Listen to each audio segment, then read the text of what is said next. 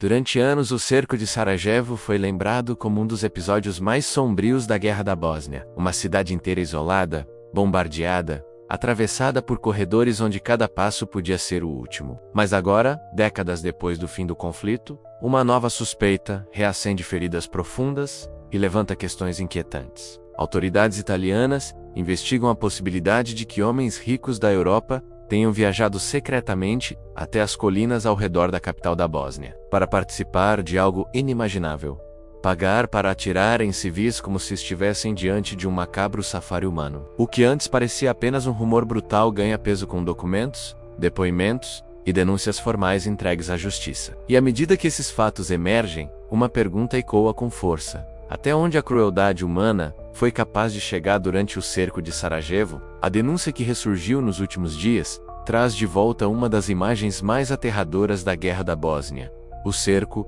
a Sarajevo, transformado em cenário de um turismo do tiro, em que estrangeiros teriam pago para atirar em civis como se estivessem em um passeio macabro. A Promotoria de Milão abriu investigação para apurar relatos de que cidadãos italianos e possivelmente outros ocidentais organizaram viagens nas quais eram conduzidos às colinas que cercavam a cidade sitiada, onde militares sérvios bósnios teriam permitido que eles disparassem contra a população. As suspeitas, gravíssimas, ganharam força após uma queixa formal apresentada pelo escritor Ezio Gavazeni e por um relatório que teria sido reforçado pela então prefeita de Sarajevo, Benjamina Kerik, para entender a dimensão do que está sendo investigado. É preciso voltar ao contexto.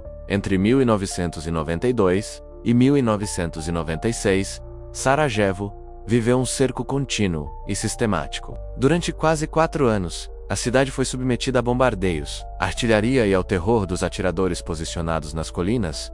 Esse massacre deixou milhares de mortos e centenas de feridos. Esses atiradores transformaram ruas e praças em armadilhas. Áreas como a chamada Sniper Alley tornaram-se sinônimo de medo e morte. Foi nesse cenário de violência cotidiana que, segundo depoimentos reunidos e filmados ao longo de anos, teriam ocorrido os encontros entre militares locais e estrangeiros dispostos a pagar para atirar em civis. A investigação em Milão concentra-se numa acusação que, se confirmada, mudaria a leitura de parte dos horrores da guerra. Não apenas matança em contexto bélico, mas homicídios praticados por visitantes que procuravam a experiência sádica do tiro em seres humanos. Testemunhos e relatos documentais citados no processo mencionam rotas de passagem. Trieste e Belgrado aparecem como pontos de trânsito, e até uma logística que incluía voos e guias que levavam os interessados até posições seguras para efetuar disparos contra alvos civis. Há relatos altamente perturbadores sobre tabelas de preço que teriam atribuído valores maiores a alvos infantis, e sobre o pagamento de somas, que na época eram equivalentes a quantias significativas. Procuradores italianos passaram a analisar essas alegações para identificar suspeitos e possíveis crimes de homicídio qualificado com agravantes de crueldade. Não se trata apenas de histórias anônimas. O caso traz nomes, imagens e documentos que agora enfrentam o escrutínio formal do sistema judicial. O escritor Ezio Gavazeni, que apresentou a denúncia em Milão, afirma ter reunido provas ao longo de anos, inspirando-se inclusive no documentário Sarajevo Safari 2022, que já havia recolhido depoimentos de antigos combatentes e testemunhas sobre a existência desses chamados sniper tourists. Autoridades e juristas agora precisam separar o que é memória traumática de civis, declaração sensacionalista e prova concreta apta a sustentar acusações penais. A investigação procura, por isso, articular testemunhos, imagens e eventualmente rastros financeiros ou logísticos que permitam ligar nomes a crimes específicos.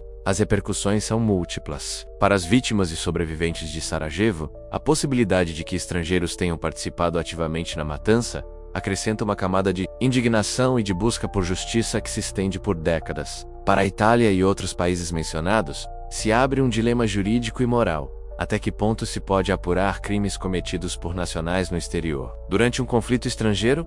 E com que ferramentas legais e probatórias? O Ministério Público de Milão, segundo reportagens que cobriram o caso, investiga com base em tipificações que vão desde participação em homicídios até agravantes como crueldade e motivos abjetos, o que, se comprovado, pode levar a processos penais substanciais. O próprio procedimento de investigação enfrenta desafios: provas antigas, testemunhas envelhecidas, possíveis destruições de documentos e a dificuldade de localizar e confirmar identidades entre relatos fragmentados. Há também a complexa dimensão política internacional. A Guerra da Bósnia gerou julgamentos no âmbito internacional, como o Tribunal Penal Internacional para a ex-Iugoslávia, que condenou líderes por genocídio e crimes de guerra. Mas muitas histórias e episódios individuais permaneceram sem responsabilização. A nova investigação italiana abre, portanto, a perspectiva de responsabilização por atos praticados fora do teatro formal de combate. Num ambiente em que a linha entre combatentes civis foi deliberadamente borrada, a narrativa pública que agora se forma tem grande potencial de reacender debates sobre memória,